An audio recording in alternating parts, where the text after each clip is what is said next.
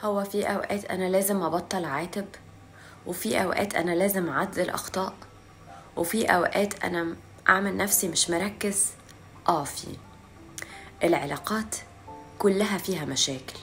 العلاقات دايما بيكون فيها مطبات وأخطاء كتير، لازم يكون فيها شد وجذب، لأن العلاقات المثالية بتكون مملة جدا. الأخطاء بتخلينا نقيس قوة وغلاوة الحب نفسه في العلاقة. الأخطاء اللي احنا بنعملها في العلاقة مش بنكون متعمدينها، مش بنكون قاصدين، مش بنكون متعمدين ان احنا نعمل الغلط. اوقات كتيرة جدا بتبقى سوء تفاهم، بتبقى زلات، بتبقى تقاضي مثلا.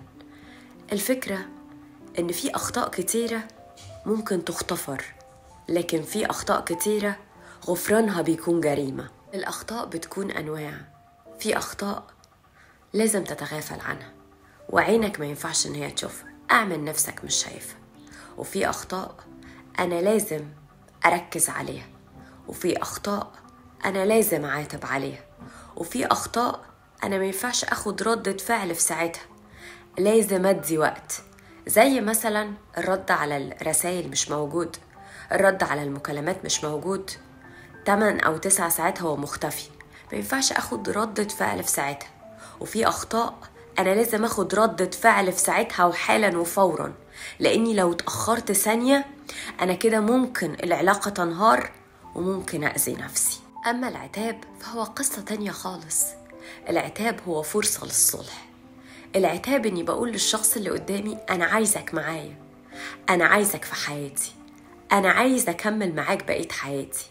فالعتاب ما بيبقاش عمال على بطال، بنعاتب في الحاجة بجد اللي تستحق العتاب، وإن أنا شايف بجد إن هي تستحق، وإنه الشخص ده هيفهم إن أنا بعاتبه، والشخص ده فعلا لازم يتعاتب لأني أنا عايزه في حياتي. في أوقات كتيرة ما ينفعش إن احنا نعاتب، فالوقت ده بنتغافل وبنعمل نفسنا مش شايفين، وأوقات كتيرة عشان نمشي العلاقة. لأني لو فضلت عاتب طول الوقت بعاتب، أنا بفقد قيمة العتاب، والعتاب قيمته عظيمة وغالية جدا. ليه بقول كده؟ لأنه ركن من أركان العلاقات. ليه بقول إن العتاب عظيم جدا وإن احنا ما ينفعش نفقده بسهولة؟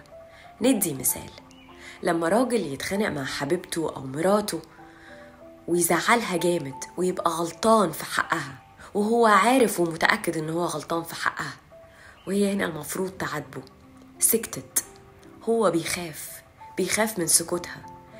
هنيني، اشتميني، زعقي، صوتي، عبري عن غضبك وزعلك، بس ما تسكتيش، لأن السكوت ده بيقولي إن انتي مش عايزاني في حياتك. السكوت ده بوابة إن الست بتطلع الراجل كليا من قلبها، وهكذا الراجل برضو. فالعتاب قيمته بتبقى غالية جدا وعزيزة جدا.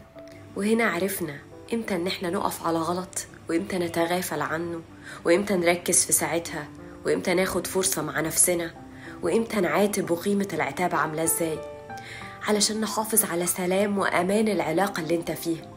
أوقات كتيرة من كتر ما انت حمقي ومركز في التفاصيل ممكن تخسر قوة وحب جميل جدا ممكن يكمل للنهاية، بس هو سوء تفاهم وإنك مش عارف إمتى تتكلم. فركز كويس قوي في الفيديو، وطبق الفيديو ده على شخصيتك وحياتك مع الشخص اللي معاك، علشان تحافظ على العلاقة اللي انت فيها، لو انت بجد فعلا باقي على العلاقة دي.